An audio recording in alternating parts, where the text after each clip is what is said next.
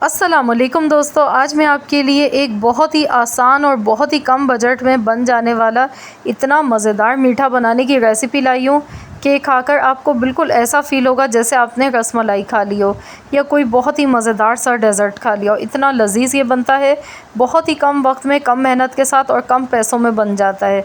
तो सिर्फ़ आधा लीटर दूध से हमने ये मीठा बना के तैयार किया है और इसको बनाने के लिए मैंने यहाँ पर आधा लीटर दूध लिया है और दूध को बॉईल होने के लिए हमने रख दिया है।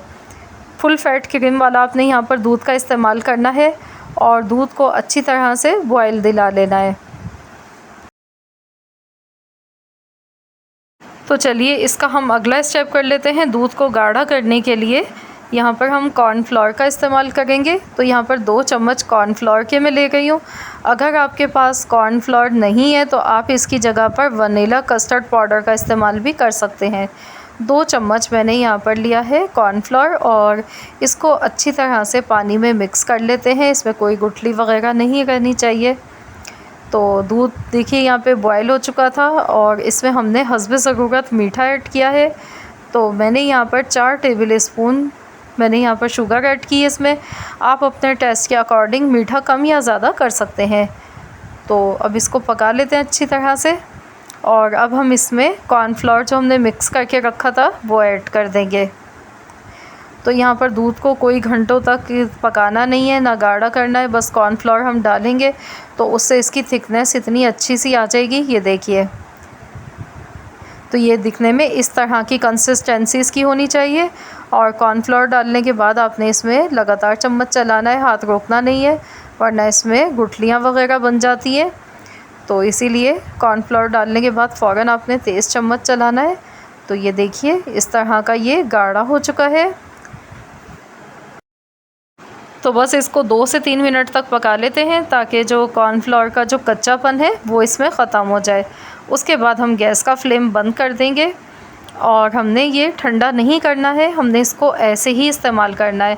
तो यहाँ पर इसे पका लिया है 3 मिनट तक। तो अब हमने यहाँ पर एक सर्विंग डिश ली है और इसमें हमने ले लिए हैं केक के हमने इस तरह से पीस ले लिए हैं और ये इजीली मिल जाता है। चाहें तो आप ख़ुद भी घर में बेक कर सकते हैं, लेकिन हम बना रहे हैं बिल्कुल झटपट और बिल्कुल आसान तरीके से।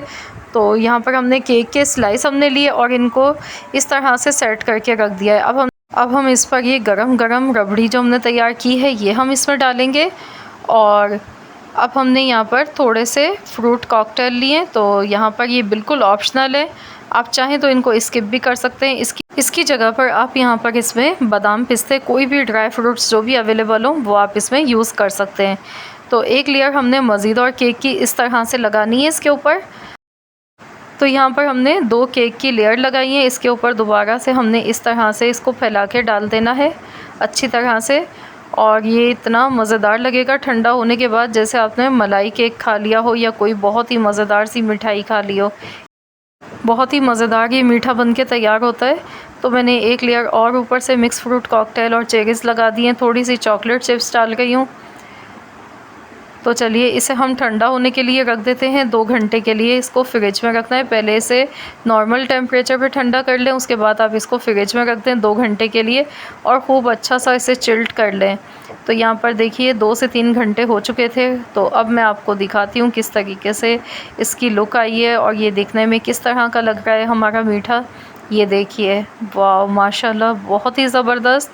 और खाने में तो आप पूछिए मत, इतना मज़ेदार ये मीठा बन के तैयार हुआ था कि अगर आप इसको ईद के लिए बनाएं, किसी दावत के लिए बनाएंगे तो सभी बेहद शौक़ से खाएंगे। और बिल्कुल आसान सा मीठा है, बिना किसी मेहनत के झटपट बन जाता है मिनटों में और खाने में बहुत ही लाजवाब लगता है।